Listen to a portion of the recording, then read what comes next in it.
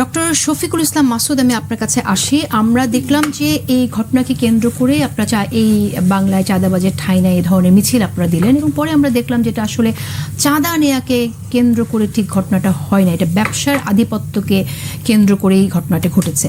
তো এই যে একটি প্রচারণা, এটা কেন? আরেকটি বিষয় হচ্ছে যে ঠিক একই সময় বাংলাদেশের বেশ কয়েকটি জায়গায় মর্মান্তিক ঘটনা ঘটেছে। মানুষকে, আপনি জানেন যে চাঁদপুরে একজন ইমামকে হত্যা করা হয়েছে, তিনি নিহত হয়েছেন, এবং এছাড়াও আরও কয়েকটি হত্যার ঘটনা ঘটেছে।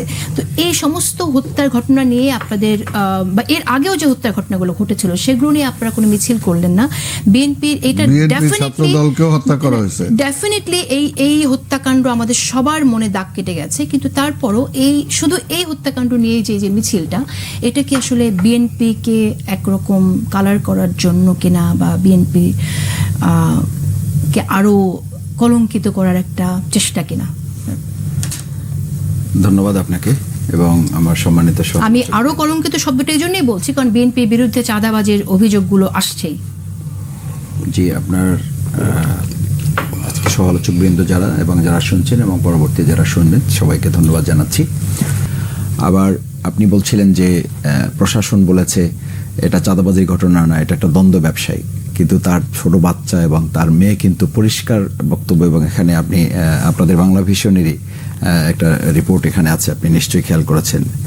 এখানে কিন্তু পরিষ্কার বলা হয়েছে যে তারা বলছে যে আমার 2 লক্ষ টাকা তাকে মাসে মাসে দেওয়া হয়েছে, সে দিতে ব্যর্থ হয়ে তাকে হত্যা করা হয়েছে। এখন আপনি বলেন, প্রশাসনের যারা তদন্ত ছাড়াই একটা কথা বলে দিচ্ছে, আর তার পরিবার বলছে, তার মেয়ে বলছে, তার ছোট বাচ্চা বলছে যে আমার বাবার সাথে আমি কথা বলেছি যে তোমার সমস্যা কি, তখন সে বলছে যে বাবা এখানে চাঁদা চাই, আমি সৎ ব্যবসায়ী, আমি চাঁদা দিয়ে ব্যবসা করব না, আমি হুমকির মুখে আছি। এই কথাগুলো কিন্তু তার বাচ্চা বলছে। তার মেয়ে বলছে সরাসরি যে 2 লক্ষ টাকা আমার মাসে চাঁদা না দেওয়ার কারণে আমাকে আজকে হুমকির মুখে আছি আমি। তো এই সব কিছু কিন্তু আমাদের বিবেচনায় নিতে হবে। আজকে দেখেন এরকম একটা জঘন্য ঘটনা যখন ঘটছে, আপনি প্রশাসনের কথা বলছেন, তো প্রশাসন, আমরা কিন্তু স্বরাষ্ট্র উপদেষ্টার কথা বলেছি আজকে আমাদের বক্তব্যে, যে বিক্ষোভ আমরা করেছি সেখানে বলেছি যে বিচ্ছিন্ন অনেক ঘটনা ঘটেছে, যে ঘটনাগুলোর কারণে স্বরাষ্ট্র উপদেষ্টাকে অবশ্যই জবাবদিহির মুখে আসা উচিত। এবং আজকেও যদি আপনি ধরেন যে মির্জা ফখরুল ইসলাম আলমগীর সাহেবের ওনার এলাকায়, সেখানে ওনাদের কাউন্সিলকে কেন্দ্র করে তার ভাইয়ের গাড়ি ভাঙচুর হলো, সেখানে শুধু হাতাহাতি না, মারামারি সংঘর্ষ হয়েছে এবং তাকে হেনস্থা করা হয়েছে।